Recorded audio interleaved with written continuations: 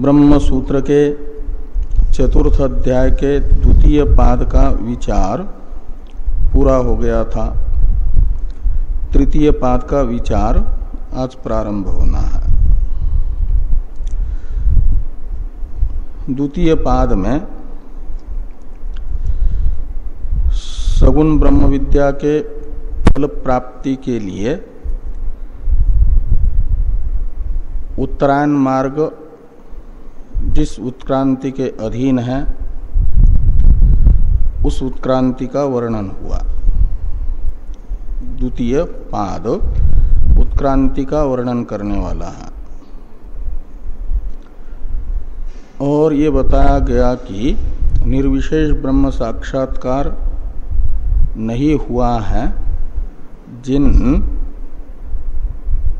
को उनमें चाहे वो कर्मी हो या उपासक हो, उन दोनों की भी मार्गोपक्रम से पूर्व तक की उत्क्रांति एक जैसी है। मार्गोपक्रम के पश्चात की उत्क्रांति विलक्षण विलक्षण है। एक जो सगुण ब्रह्म उपासक है निश्चित रूप से हृदय संबंधी 101 नाड़ियों में से प्रधान जो सुषुम्ना नाम की नाड़ी है उसी से उत्क्रमण करेगा और बाकी का उत्क्रमण होगा 100 नाड़ी में से अन्य जिस किसी नाड़ी से कर्मी का। इस प्रकार ये उत्क्रमण का विचार द्वितीय पाद में हुआ। अब उत्क्रमण साध्य जो ब्रह्मलोक पहुंचाने वाला मार्ग है उसका विचार होना है कि यहां से ब्रह्मलोक सगुण ब्रह्म उपासक जाएंगे जिनका उत्क्रमण हुआ है। तो पृथ्वीलोक से ब्रह्मलोक जाने के लिए एक ही मार्ग है, वन वे, या अनेकों मार्ग हैं। जैसे हरिद्वार आने के लिए अनेकों मार्ग हैं, ऐसे ब्रह्मलोक पृथ्वीलोक से जाने के लिए जो पृथ्वीलोक से ब्रह्मलोक जा रहे हैं उनके लिए अलग अलग मार्ग हैं या एक ही मार्ग है ब्रह्मलोक पहुंचाने वाला, ये संशय होता है। इस संशय का निराकरण करने के लिए तृतीय पाद का प्रथम अधिकरण है, वो बताएगा अनेक मार्ग नहीं है, पृथ्वीलोक से ब्रह्मलोक जाने के लिए एक ही मार्ग है। तो तृतीय पाद के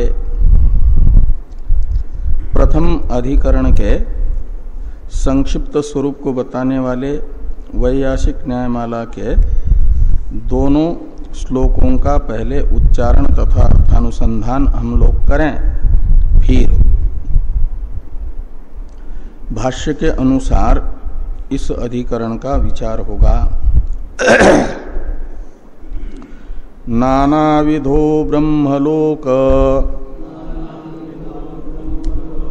मार्गो यद्वार्चिरादिकः नानाविधस्याद् विद्यासु वर्णनादन्यथान्यथा एक एवार्चिरादि स्यात् नाना श्रुत्युक्त पर्वकः यतः पंचाग्नि विद्यायाम विद्यांतरवतां श्रुतः।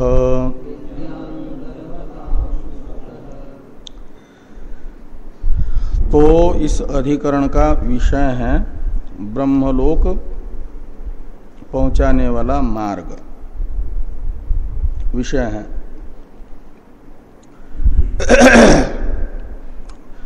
उसे विषय बना करके संशय बताया जा रहा है कि उसमें नाना विधता है या एक प्रकार का ही है। तो नाना विधो ब्रह्मलोक मार्ग वा यानी अथवा यानी ये अर्चिरादिक, तो अर्चिरादिक एक ही मार्ग है। ये संशय है प्रथम श्लोक के पूर्वार्ध में विषय तथा संशय रूप दो अंशों को बताया गया अधिकरण के।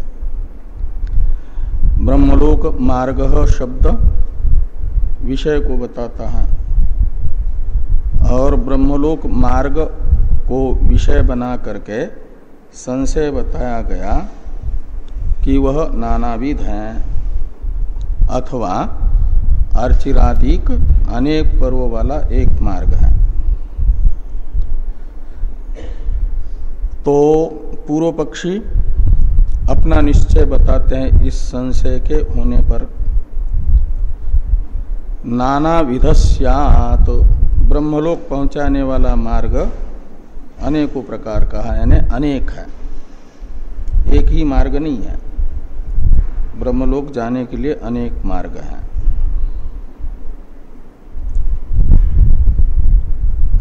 कहा आपकी इस प्रतिज्ञा का साधक हेतु क्या है? तो हेतु बताते हैं विद्यासु वर्णनात् अन्यथा अन्यथा। तो विद्यासु बहुवचन है ना, यानी अलग अलग उपासनाओं में मार्ग का अन्यथा अन्यथा यानी अलग अलग प्रकार से वर्णन है। यदि एक ही मार्ग होता तो उसका अलग अलग विद्या के प्रकरण में अलग अलग वर्णन न होता, एक जैसा ही वर्णन होता। अलग अलग शाखा में बताई गई अलग अलग उपासनाओं के प्रकरण में उपासना का फलभूत ब्रह्मलोक की प्राप्ति के लिए अलग अलग मार्ग वर्णन हो रहा है। इससे निश्चित होता है कि ब्रह्मलोक पहुंचाने वाला एक ही मार्ग नहीं, अनेक मार्ग हैं। ये पूर्व पक्षी ने कहा विद्यासु अन्यथा अन्यथा वर्णनात्, ये हेतु है। द्वितीय श्लोक से सिद्धांत बताया जा रहा है कि नाना श्रुत्युक्त पर्वकः एक एव अर्चिरादि स्यात्। द्वितीय श्लोक के पूर्वार्ध में सिद्धांति की प्रतिज्ञा है और अर्चिरादि का विशेषण है नाना श्रुत्युक्त पर्वक। कहते अलग अलग शाखा की अलग अलग उपासना के प्रकरण में जो कह रहे हो कि अलग अलग प्रकार का मार्ग बताया है, वो अलग अलग प्रकार का मार्ग नहीं बताया। मार्ग तो एक ही है, अर्चिरादि। और उस मार्ग में आने वाले पर्व यानी पड़ाव जैसे देवता, मार्ग के अतिवाहिक देवता, वो अनेक है। उसमें किसी उपासना के प्रकरण में किसी पर्व विशेष को मार्ग के कहा, अन्य उपासना के प्रकरण में दूसरे पर्व विशेष को कहा और कहीं कहीं अनेक पर्वों को कहा। तो वो तो विशेषण है पर्व मार्ग के, और उन अनेक श्रुति के द्वारा बताए गए अनेक विशेषण वाला एक ही मार्ग है। इसलिए उन अलग अलग उपासना के प्रकरण में अलग अलग मार्ग नहीं, एक ही मार्ग के विशेषणों का, पर्वों का, कहीं किसी एक पर्व विशेष का नाम लिया तो कहीं दो पर्व विशेष का नाम लिया तो कहीं अन्य पर्व विशेष का नाम लिया। इसलिए उन सब का गुणोपसंहार न्याय से एक ही अर्चिरादि मार्ग में समावेश करके उन पर्वों का पर्व के रूप में वह एक अर्चिरादि मार्ग होगा। ये सिद्धांती द्वितीय श्लोक के पूर्वार्ध में कह रहे हैं कि नाना ये विशेषण है पर्व का, और श्रुत्युक्त भी विशेषण है पर्व का। तो नाना यानी अनेक श्रुति के द्वारा बताए गए पर्व हैं जिस मार्ग में, उस मार्ग को कहा जाएगा नाना श्रुत्युक्त पर्वकः। श्रुति के द्वारा बताए गए अनेक यानी विविध पर्व वाला एक मार्ग है, वो अर्चिरादि एक ही मार्ग है। एवकार व्यावर्तक है मार्ग के अनेकता का। ये जो सिद्धांति की प्रतिज्ञा है, इस प्रतिज्ञा का साधक हेतु सिद्धांति बताते हैं यतः पंचाग्नि विद्यायाम विद्यांतरवताम श्रुतः, ये हेतु है। तो यतः यानी यस्मात् कारणात्, विद्यांतरवताम इसमें विद्या शब्द से लेना पंचाग्नि उपासना। विद्यांतरवताम एक शब्द है ना, इसमें दो वृत्ति हुई है, एक समास और दूसरी तद्धित वृत्ति। तो पहले विद्या शब्द और अंतर शब्द में समास हुआ है।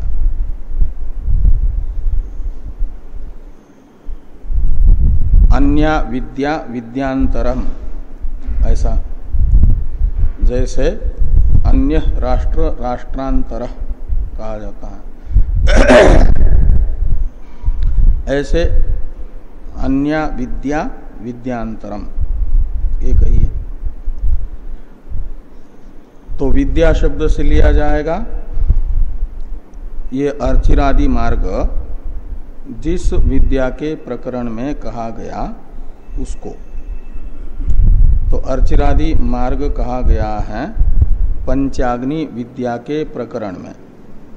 पंचाग्नि विद्या आती है छांदोग्य उपनिषद में भी और बृहदारण्यक उपनिषद में भी। इसलिए विद्या शब्द का अर्थ हुआ अर्चिरादि मार्ग का प्रतिपादन जिस विद्या के प्रकरण में हुआ वह विद्या पंचाग्नि विद्या के प्रकरण में हुआ। इसलिए विद्या शब्द का अर्थ हुआ पंचाग्नि विद्या। और विद्यांतर शब्द का अर्थ निकलेगा, जैसे देशांतर शब्द का अर्थ निकलता है हम जिस देश में रहते हैं उससे भिन्न देश, देशांतर कहलाता है। ऐसे अर्चिरादि मार्ग जिस विद्या के प्रकरण में आया वह विद्या तो पंचाग्नि विद्या, और उससे भिन्न विद्या विद्यांतर शब्द का अर्थ होगा। तो विद्यांतर यानी भिन्न विद्या, और वो भिन्न विद्या यानी और उपासनाएं, विद्या शब्द का अर्थ उपासना है यहाँ सगुण विद्या। मार्ग तो सगुण ब्रह्म विद्या का फल प्राप्त करने के लिए होता है। इसलिए जिस विद्या का मार्ग वर्णन हो रहा है, जिस विद्या का फल प्राप्त करने के लिए मार्ग की जरूरत है, वो विद्या निर्विशेष ब्रह्म ज्ञान नहीं, अभी तो सगुण ब्रह्म विद्या उपासना। इसलिए विद्यांतर शब्द का अर्थ निकला पंचाग्नि उपासना से भिन्न उपासनाएं। और वह भिन्न उपासनाएं जो कर रहे हैं, भिन्न उपासना साधन है जिनका, उन्हें कहा जाएगा विद्यांतरवान। मतु प्रत्यय होकर के मकार को वकार होकर के विद्यांतर वताम बना है, षष्ठी का बहुवचन। इसलिए विद्यांतर वताम का अर्थ निकलेगा भिन्न उपासना करने वाले, पंचाग्नि उपासना से भिन्न उपासना करने वाले उपासक। ये हो गया विद्यांतर वताम शब्द का अर्थ। तो पंचाग्नि विद्यायाम यानी पंचाग्नि विद्या के प्रकरण में पंचाग्नि उपासक को जिस जो मार्ग बताया गया है अर्चिरादि, पंचाग्नि उपासना से भिन्न उपासना करने वाले उपासकों को भी श्रुति ने वही अर्चिरादि मार्ग बताया है। यह तो यानी जिस कारण से, तो श्रुति पंचाग्नि उपासना का फल ब्रह्मलोक को प्राप्त करने के लिए जिस मार्ग से जा रहे हैं, अर्चिरादि मार्ग से, श्रुति बता रही है कि उसी अर्चिरादि मार्ग से पंचाग्नि उपासना से भिन्न उपासना करने वाले उपासक भी जाते हैं। यदि अलग अलग मार्ग होता अलग अलग उपासकों के लिए, तो फिर पंचाग्नि उपासकों को बताया गया अर्चिरादि मार्ग ही अन्य उपासकों को श्रुति नहीं बताती, लेकिन बता रही है। इससे निकलता है कि सब उपासनाओं का फलभूत ब्रह्मलोक को प्राप्त करने के लिए मृत्युलोक से जाने वाले उपासकों को एक ही मार्ग से जाना होता है, वह अर्चिरादि एक मार्ग है। तो फिर अन्य अन्य उपासना के प्रकरण में जो विविधता प्रतीत हो रही है मार्ग में, उसका क्या होगा? एक प्रश्न उपासक क्या नाम सिद्धांति के प्रति पूर्व पक्षी का हो सकता है ना, तो उस प्रश्न का उत्तर दिया नाना श्रुत्युक्त पर्वक। तो मार्ग विविध नहीं बताया जा रहा है, मार्ग के विविध पर्वों को बताया गया। उनमें से किसी उपासना में कोई पर्व, किसी उपासना में कोई पर्व बता, लेकिन सबसे ज्यादा ब्रह्मलोक प्रापक मार्ग के पर्व से युक्त मार्ग का वर्णन यदि कहीं है तो पंचाग्नि विद्या के प्रकरण में है, और वहां पर अन्य उपासकों को भी यही मार्ग बताया जा रहा है। इसलिए माना जाएगा कि उपासक मात्र को, चाहे केवल उपासना कर रहा हो या कर्म समुचित उपासना कर रहा हो, एक ही अर्चिरादि मार्ग से ब्रह्मलोक जाना होता है। तो यतः पंचाग्नि विद्यायाम विद्यांतर्वताम श्रुतः यानी मार्ग श्रुतः, पंचाग्नि उपासक को और अन्य उपासकों को एक ही मार्ग सुना जा रहा है, श्रुति के द्वारा बताया जा रहा है। इस प्रकार ये संक्षिप्त अधिकरण का स्वरूप इस प्रकार होगा। अब भाष्य का अवतरण रूप जो टीका है इसे देखिए। एवं उत्क्रांतिम निरूप्य तत्साध्यम मार्गम गंतव्यंच निरूपयितुम पादम आरभते अर्चिरादिना तत्प्रथिते। तो एवं यानी द्वितीय पाद में उक्त प्रकार का परामर्शक है एवं शब्द, इसलिए एवं शब्द का अर्थ निकलेगा द्वितीय पाद में प्रतिपादित प्रकार से उत्क्रांति का निरूपण हो गया। निरूपण करके अब तत्साध्यम मार्गम गंतव्यंच निरूपयितुम पादम आरभते। तो तत्साध्यम, इसमें तत् शब्द से लेना उत्क्रांति को, तो तत्साध्य यानी उत्क्रांति साध्य जो मार्ग है, जिसकी उत्क्रांति नहीं होती है, निर्विशेष ब्रह्मज्ञानी की, उन्हें अर्चिरादि मार्ग नहीं मिलता। जो प्रसिद्ध 3 मार्ग है इनमें से कोई मार्ग नहीं मिलता। इसलिए मार्ग प्राप्त करने के लिए उत्क्रांति होना जरूरी है। इसलिए उत्क्रांति साध्य हो गया मार्ग, तीनों प्रकार का मार्ग है? हाँ, जिसको जाना ही नहीं है तो उसे मार्ग नहीं मिलेगा, और मार्ग जिसको प्राप्त नहीं करना है उसकी उत्क्रांति भी नहीं होगी। तो ब्रह्मज्ञानी की उत्क्रांति नहीं होगी, इसलिए ब्रह्मज्ञानी को नहीं मार्ग मिलता, निर्विशेष ब्रह्मज्ञानी को। तो यह मार्ग है उत्क्रांति साध्य। तो उत्क्रांतिम निरूप्य तत्साध्यम यानी उत्क्रांति साध्यम मार्गम और गंतव्यंच। और मार्ग क्यों प्राप्त किया जा रहा है? मार्ग में ही रहने के लिए नहीं, मुख्य जो गंतव्य है ब्रह्मलोक, कार्य ब्रह्म, उसे प्राप्त करने के लिए।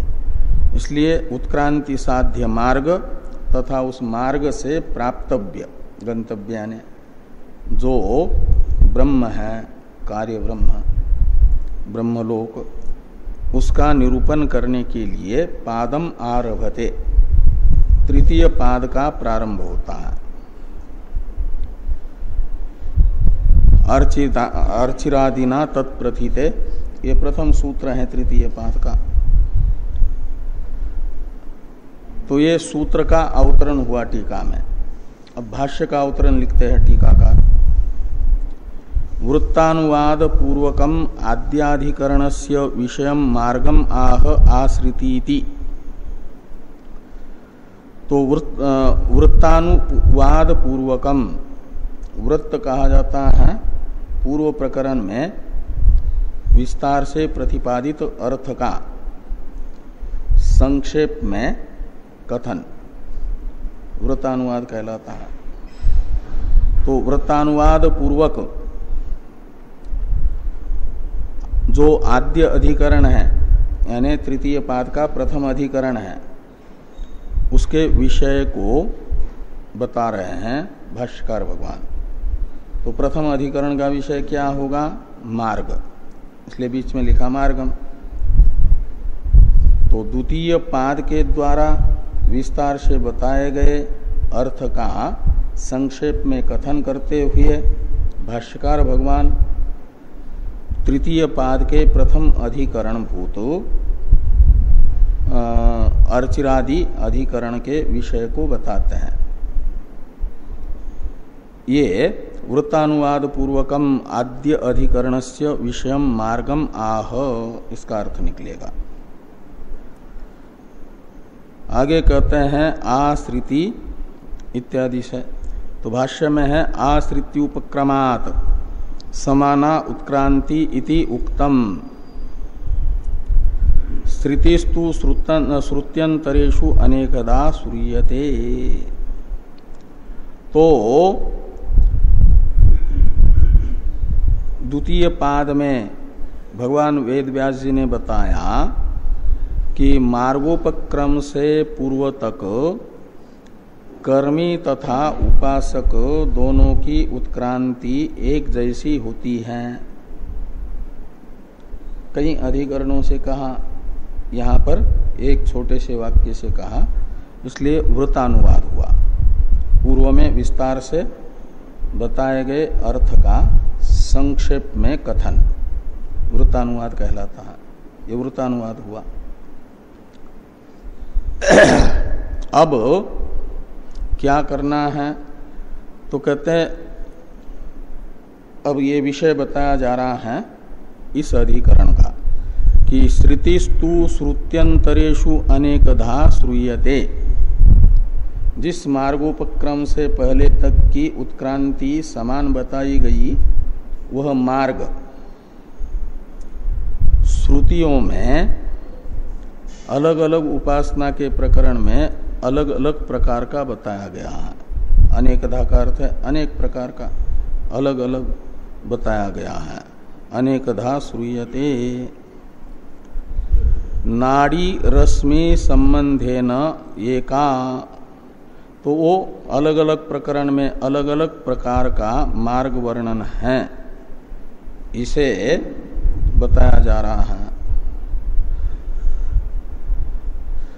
कि नाड़ी रश्मि संबंधेन एका, एका श्रुति कहो या गति कहो, मार्ग श्रुति गति ये शब्द पर्यायवाचक है।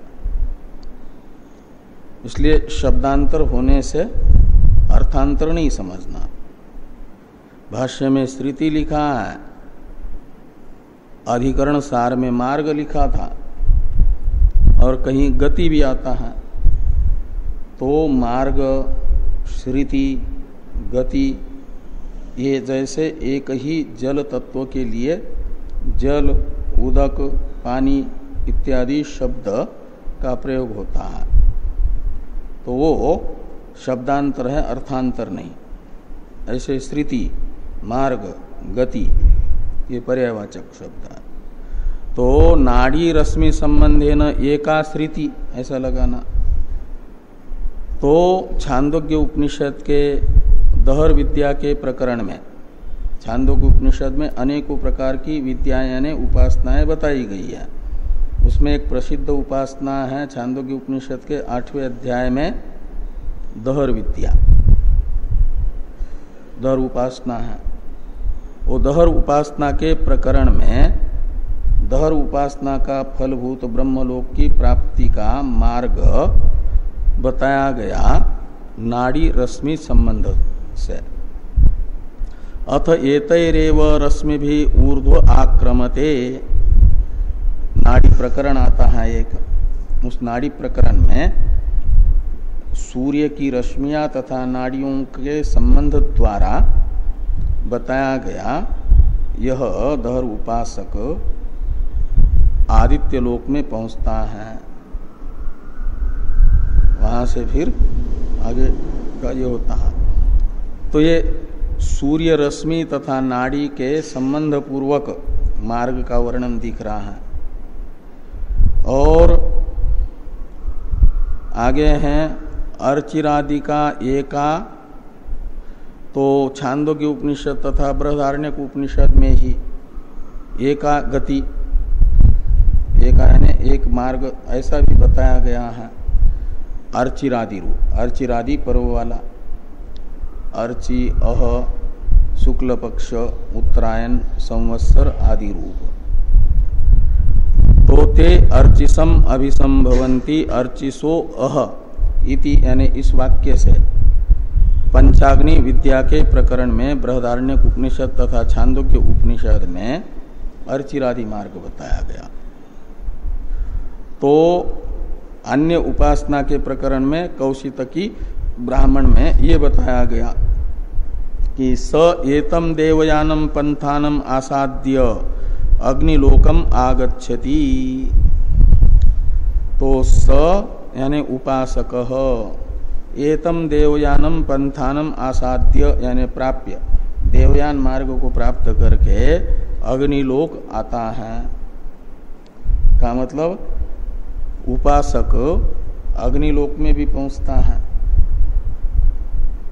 ब्रह्मलोक जाना है उसे तो अग्निलोक होते हुए जाता है। तो एक मार्ग ये हो गया अग्निलोक होकर के जाने वाला। कौशितकी ब्राह्मण उपनिषद में ये एक मार्ग बताया, उधर से होकर के जाने वाला। तो आगे कहते हैं यदा वे पुरुषो अस्मात् लोकात् प्रैति स वायुम आगच्छति। ये बृहदारण्यक उपनिषद में ही अन्य उपासना के प्रकरण में कहा गया कि यह पुरुष यानी उपासक जीव जब अस्मात् शरीरात लोकात यानी यह उपासक शरीर छोड़ करके प्रयाण करता है, प्रैति का अर्थ है, तो स वायुम आगच्छति, वह वायुलोक में जाता है। का मतलब वायुलोक होकर के जाने वाला एक मार्ग हो गया। तो एक हो गया अग्निलोक होकर के जाने वाला, एक वायुलोक होकर के जाने वाला। हाँ, इति अपरागति। तो और सूर्य द्वारेण ते विरजा प्रयांति इति च अपरा। और दूसरे उपासना के प्रकरण में मुंडक उपनिषद में कहा गया कि सूर्य द्वारा विरजा यानी निष्पापाः संत सूर्य मार्गेण, सूर्य द्वारेण का अर्थ है वो प्रयांति, प्रयाण करते हैं, उधर से जाते हैं ब्रह्मलोक में। जाना सबको ब्रह्मलोक है, लेकिन अलग अलग उपासना के प्रकरण में कहा जा रहा है कोई वायुलोक होकर के जा रहा है, तो कोई अग्निलोक होकर के जा रहा है, तो कोई सूर्यलोक होकर के जा रहा है। तो ये अलग अलग मार्ग होंगे तब न यह संभव होगा। तो ये जो कहा कि श्रुतिस्तु श्रुत्यंतरेषु अनेकधा श्रूयते, भाष्य में द्वितीय वाक्य में कहा ना कि ये मार्ग का वर्णन तो अलग अलग उपासना के प्रकरण में श्रुति ने अलग अलग बताया है, इसलिए क्या होगा कि अनेकों प्रकार का मार्ग है ये मानना चाहिए। ये पूर्व पक्ष आएगा। पहले संशय, ये तो विषय बताया जा रहा है, अब संशय बताएंगे। तो ये जो अंतिम वाक्य आया मुंडक उपनिषद का, सूर्य द्वारे न ते विरजा प्रयान्ति, इसमें विरजा शब्द प्रथमा का एक वचन जैसा लग रहा है, उसे छांदस एक वचन समझना है, बहुवचन। इसलिए टीकाकार कहते हैं विरजा यानी विरजसः, विरजा तो एक वचन है और प्रयान्ति ये क्रियापद में बहुवचन है ना, इसलिए छांदस एक वचन समझना। और जब लोक में प्रयोग करेंगे तो विरजसः ये अर्थ निकलेगा। ते विरजसः प्रयान्ति, ते यानी उपासका, विरजसः इसमें रजस शब्द का अर्थ है पाप, विरजस शब्द का अर्थ निकलेगा निष्पाप, इसलिए विरजस शब्द का अर्थ कर दिया निष्पापा इत्यर्थ। तो पाप रहित हुए जो उपासक हैं वे सूर्य मार्ग द्वारा ब्रह्मलोक जाते हैं, ये यहां पर कहा जा रहा है। तो इति अपरागति ये हुआ। तो इसके विषय में अब संशय बता रहे हैं। तत्र संशय, और संशय का कारण क्या है, तो टीका में कहा गया श्रुति विप्रतिपत्त्या संशय। तो श्रुति में ही विप्रतिपत्ति यानी विवाद देखा जा रहा है। कोई श्रुति उपासक को ब्रह्मलोक पहुंचाने वाला अर्चिरादि मार्ग बता रही है, तो कोई रश्मि नाड़ी संबंध से ब्रह्मलोक की प्राप्ति बता रही है, तो कोई अग्निलोक होकर के बता रही है, कोई वायु से होकर के बता रही है, कोई सूर्य से होकर के बता रही है। इससे संशय हो रहा है। क्या संशय हो रहा है, तो संशय बताया जा रहा है भाष्य में कि किम परस्परम भिन्ना एताश्रितयः किम वा एका एव अनेक विशेषणा इति। तो क्या ये अलग अलग उपासना के प्रकरण में बताए गए मार्ग एक दूसरे से बिल्कुल भिन्न है, अनेक है, ऐसा माना जाए, अथवा अनेक विशेषण वाला, ये अलग अलग उपासना के प्रकरण में जो अलग अलग बताए गए हैं, अग्निलोक, वायु आदि, सूर्य आदि, इनको माना जाए एक ही अर्चिरादि मार्ग के पर्व। उनका गुणोपसंहार न्याय से उस अर्चिरादि मार्ग में ही अन्वय करके, संबंध करके इन अग्निलोकादि अनेक पर्व वाला एक ही अर्चिरादि मार्ग माना जाए। ये संशय अंतपाती द्वितीय विकल्प रहेगा। तो दो विकल्प हो गया ना।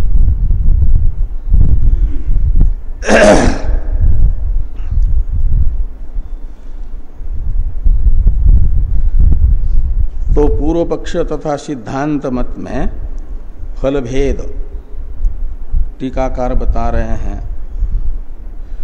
तो उससे पहले चाहे तो पूर्व पक्ष को देखा जाए भाष्य में, फिर वो करेंगे, फल भेद देखेंगे। तो भाष्य में इस प्रकार संशय होने पर पूर्व पक्षी अपना निश्चय बताते हैं कि तत्र प्राप्तम तावत भिन्ना एताश्रितय इति। तत्र यानी तस्मिन् सति, तस्मिन् यानी संशय सति। तो इस प्रकार इन मार्ग के विषय में संशय होने पर ये मार्ग परस्पर भिन्न अनेक हैं या अनेक विशेषण वाला एक ही मार्ग है, ऐसा संशय होने पर प्राप्तम तावत, तो प्रथम पूर्व पक्ष प्राप्त हुआ। संशय अंतपाती जो प्रथम कोटि है पूर्व पक्ष है। भिन्ना एताश्रितय, ये अलग अलग उपासना के प्रकरण में कहे गए स्वतंत्र अलग अलग मार्ग हैं।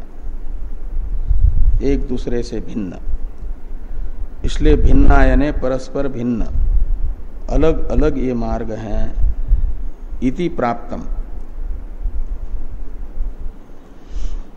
इसमें हेतु पूछा जा रहा है, कस्मात, ऐसा एक प्रश्न अवान्तर प्रश्न होगा।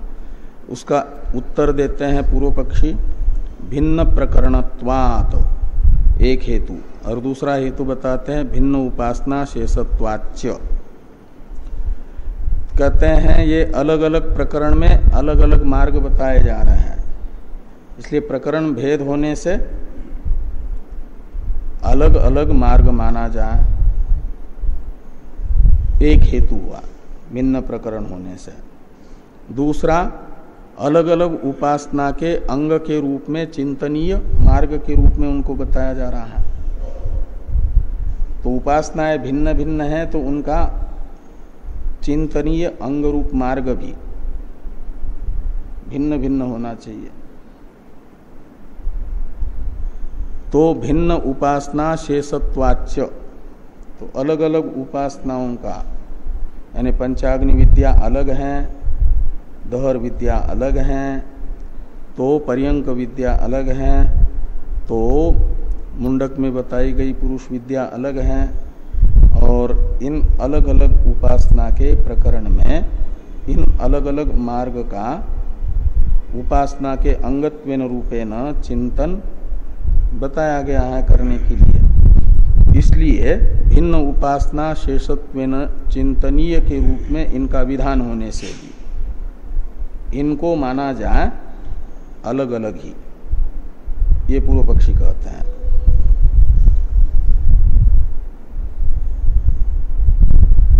और भी युक्ति बताते हैं, ये दो हेतु तो बताए ही, और भी अपने पक्ष को पुष्ट करने वाली युक्तियां बताते हैं पूर्व पक्षी, अपिच इत्यादि से।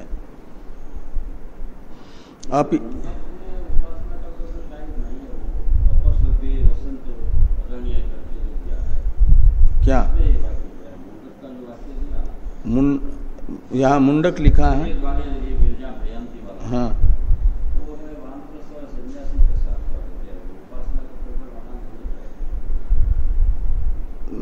ये 1-2-11 में क्या लिखा है? नहीं, इसमें एक मिनट,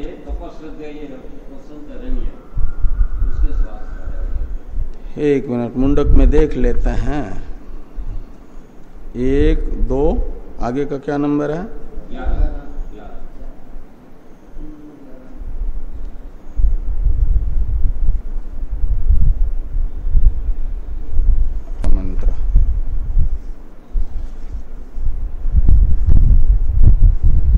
तपश्रद्धे ये ही उपवसंति अरण्ये शांता विद्वांसो भैक्षचर्यांचरन्तः सूर्यद्वारेण ते विरजा प्रयान्ति यत्रामृतः स पुरुषो ह्यव्ययात्मा।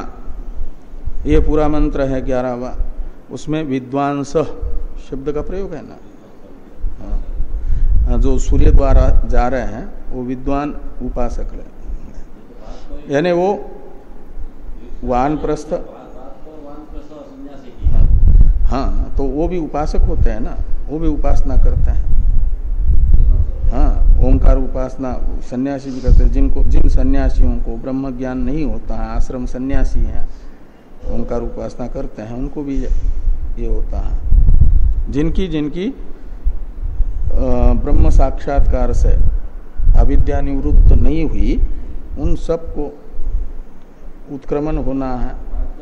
हाँ, इसलिए विद्वान शब्द का प्रयोग करने से वहाँ लिखा है विद्वांसो गृहस्थाश्च ज्ञान प्रधाना। ज्ञान प्रधान, उसमें ज्ञान शब्द का अर्थ निकलेगा। भाष्य में लिखते हैं भाष्कर भगवान विद्वांस यानी गृहस्थाश्च ज्ञान प्रधाना, यानी उपासना प्रधाना। 2 नंबर टिप्पणी में टिप्पणीकार ने लिखा विद्या ही अत्र उपासना तद्वन्तः। जो विद्वांस है तो विद्वान का कहा जाता है विद्यावान को। विद्या क्या है? उपासना। तद्वान विद्वान होगा। तो इति शांत विशेषणत्वे तपस्श्रद्धे इत्यनेन पौनरुक्त्यम शात अतः व्याचष्टे विद्वांस गृहस्था।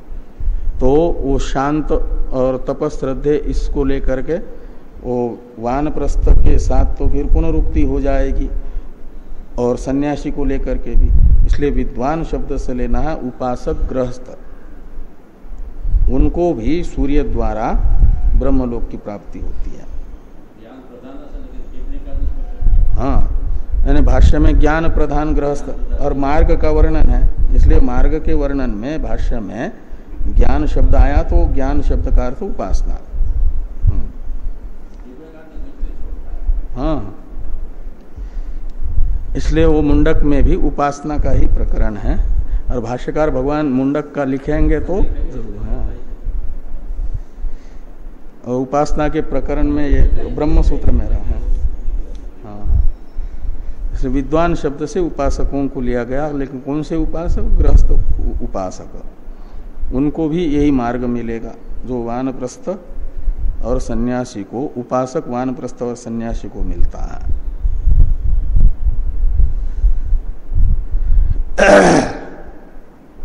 आगे हैं भाष्य में अपिच अथ एतैरेव रश्मिभि इति अवधारणम अर्चिरादि अपेक्षायाम उपरुद्धेत।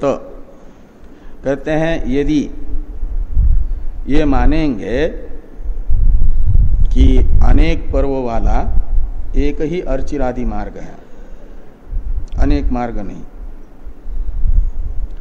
तो फिर तो अथ एतैरेव रश्मिभि ऊर्ध्व आक्रमते, ये जो दहर विद्या के प्रकरण में आया हुआ वाक्य है उसमें अवधारण अर्थक एवकार है। अनेक मार्ग होंगे तो मार्गांतर का व्यावर्तक माना जाएगा एवकार को, और यदि अनेक पर्व वाला एक ही मार्ग होगा तो एवकार का व्यावर्तिक कौन सा होगा फिर?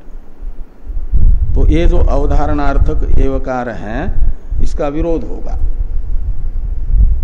अनेक मार्ग नहीं मानेंगे। तो अनेक मार्ग मानेंगे तो दहर उपासक ये जो सूर्य रश्मि तथा नाड़ी संबंध से बताया गया मार्ग है उसी मार्ग से जाएगा, ये अर्थ निकलेगा, और बाकी मार्ग हो जाएंगे व्यावर्त्य एवकार के। बताएगा अन्य मार्ग से नहीं, सूर्य रश्मि तथा नाड़ी संबंधी मार्ग से ही जाएगा। और एक ही मार्ग होगा तो फिर एवकार का व्यावर्त्य मार्ग कौन होगा? उसका विरोध होगा। ये दूसरा हेतु अनेक मार्ग के प्रतिज्ञा का साधक हुआ ना। और आगे कहते हैं ये कहा जाता है कि उपासक यहाँ से निकलता है तो सूर्य लोक में इतने जल्दी पहुँचता है कि जितने मन की गति से पहुँचता है। मन को पहुँचने में जितना समय लगता है उतने समय में पहुँचता है का अर्थ हुआ मन की गति से पहुँचता है, और वहाँ मन की गति का अर्थ है शीघ्र पहुँचता है।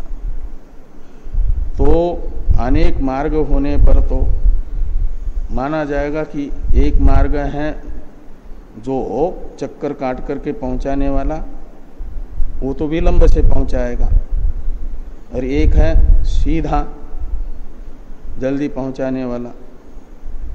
अनेक मार्ग मानेंगे तब तो इस मार्ग से सूर्य लोक में शीघ्र ही पहुंचता है, ऐसा बताने वाला जो त्वरा वचन है, शीघ्रता का ज्ञापक वचन है, वह सार्थक होगा, नहीं तो वो भी बाधित हो जाएगा, उसका भी विरोध होगा।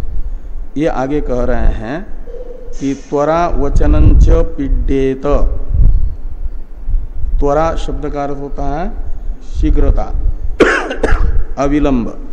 तो अविलंब का वाचक जो वचन है, स यावत क्षिपेन मनः तावत आदित्यम गच्छति, यह शीघ्रता बोधक वचन है। ये भी बाधित होगा, पीड्येत का अर्थ है। कब? यदि अनेक पर्व वाला एक ही मार्ग मानेंगे तब तो उतना ही समय लगना है सबको।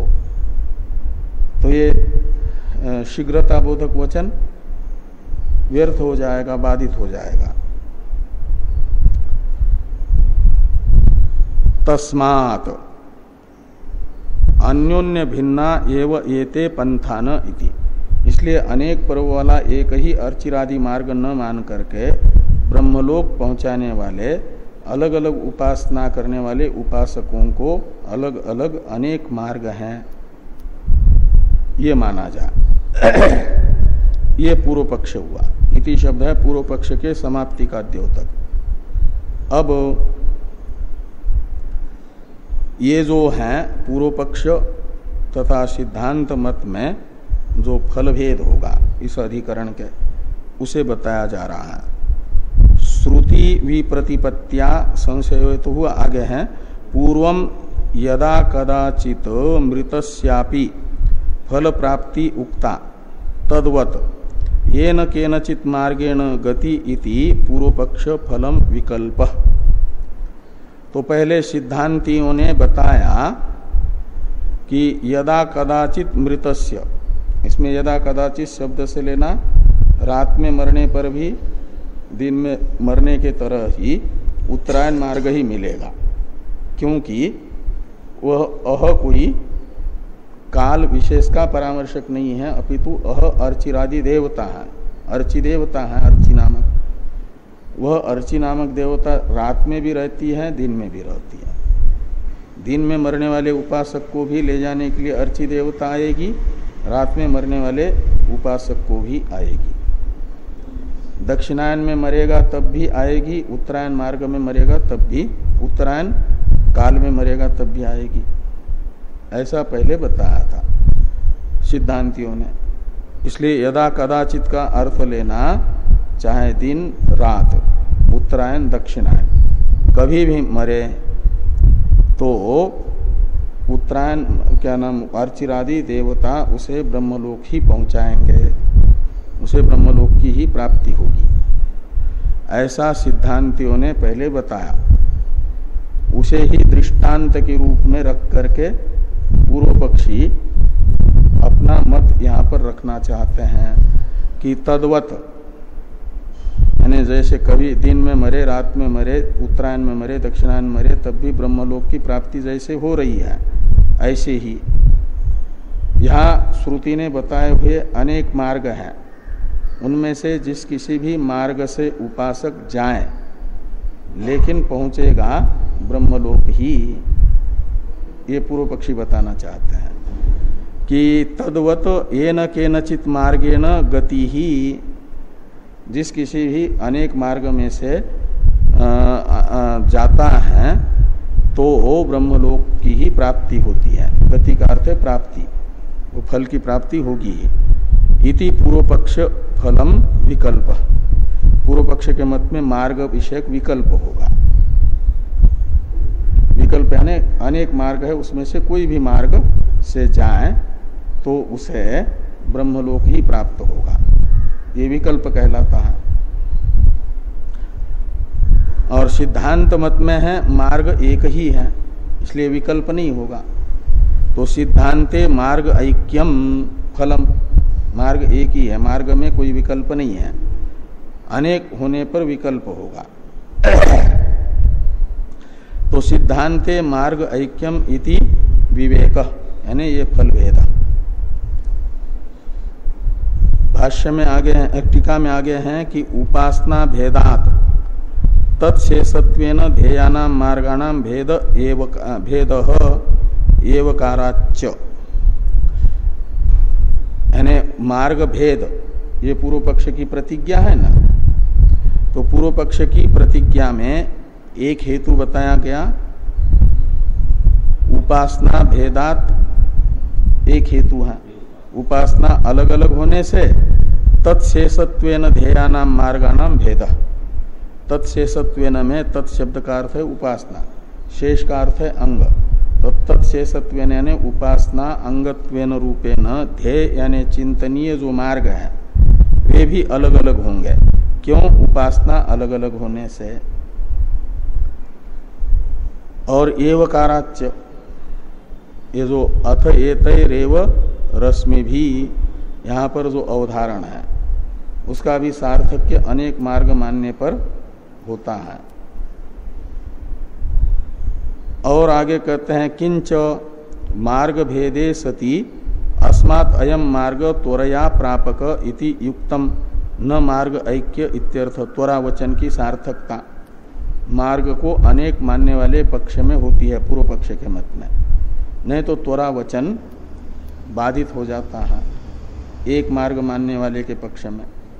इस अभिप्राय से त्वरा वचनं च पीड्येत इसका अर्थ कर रहे हैं टीकाकार पूर्व पक्षी के इस वाक्य का कि मार्ग भेदे सति अस्मात् अयम मार्ग त्वरया प्रापक इति युक्तम न मार्ग ऐक्य, सप्तमी है, मार्ग ऐक्य सति इत्यर्थ। तो मार्ग भेद होगा तब तो कहा जा सकता है कि अनेक मार्गों में से ये मार्ग जो है शीघ्रता से पहुंचाता है, अविलंब से पहुंचाता है।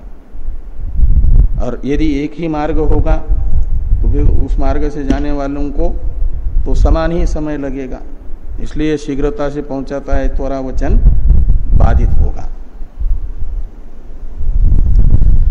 उपासना भेदेपि उपास्य ब्रह्म ऐक्यवत मार्ग ऐक्यम, ये सिद्धांत भाष्य का जो यानी सिद्धांत सूत्र का अवतरण जो भाष्य है ना, एवं प्राप्ते अभिदद्मये, ये अवतरण भाष्य है सूत्र का। इस अवतरण भाष्य की अवतरण टीका है उपासना भेदेपि उपास्य ब्रह्म ऐक्यवत मार्ग ऐक्यम अविरुद्धम इति सिद्धांतयति एवं इति। तो जैसे दहर उपासना अलग है, शांडिल्य उपासना अलग है, तो गायत्र उपासना अलग है, गायत्र ब्रह्म उपाधिक उपासना। लेकिन ये सारी उपासनाएं अलग अलग होने पर भी उपास्य सब में कौन है? ब्रह्म ही। शांडिल्य विद्या में भी उपास्य ब्रह्म ही है और दहर विद्या में भी उपास्य ब्रह्म ही है, वैश्वानर विद्या में भी उपास्य ब्रह्म ही है। वैश्वानर अधिकरण में बताया गया ना कि वो वैश्वानर ब्रह्म ही है करके। तो इस प्रकार ये उपकोशल विद्या में भी उपास्य ब्रह्म ही है। तो चतुष्पाद ब्रह्म की उपासना जो देवताओं ने बताई थी सत्यकाम जाबाल को, वो भी चतुष्पाद ब्रह्म की उपासना है, ब्रह्म ही उपास्य वहां भी। लेकिन वो उपासनाएं एक नहीं है, उपासनाएं अलग अलग है। तो उपासना अलग अलग होने पर भी उपास्य एक ब्रह्म है। जैसे ऐसे उपासना भिन्न होने पर भी उनके शेषत्वेन रूपेण चिंतनीय मार्ग भिन्न मानने की जरूरत नहीं है। वो चिंतनीय मार्ग एक हो सकता है। उपासना भिन्न होने पर भी उपास्य प्रधान जो उपास्य ब्रह्म है वो जैसा एक है, ऐसे भिन्न भिन्न उपासना के अंगत्वेन रूपेण चिंतनीय मार्ग उपासना भिन्न होने से भिन्न मानने की जरूरत नहीं है, वो एक हो सकता है। सब भिन्न भिन्न उपासना भी अंगत्वेन रूपेण चिंतनीय मार्ग एक हो सकता है। ये सिद्धांति का अभिप्राय है। इसी अभिप्राय से सिद्धांत को बताया जा रहा है एवं प्राप्ते अभिदधमये। अभिदधमये यानी हम बताते हैं, वयम अभिदधमये उत्तम पुरुष का बहुवचन है। एवं प्राप्त यानी इस प्रकार का पूर्व पक्ष प्राप्त होने पर मार्ग के विषय में कि अनेक प्रकार के मार्ग हैं ब्रह्मलोक पहुंचाने वाले, इस प्रकार का पूर्व पक्ष प्राप्त होने पर सिद्धांत बताया जा रहा है सूत्र से। सूत्र पर चर्चा हम लोग कल करते हैं।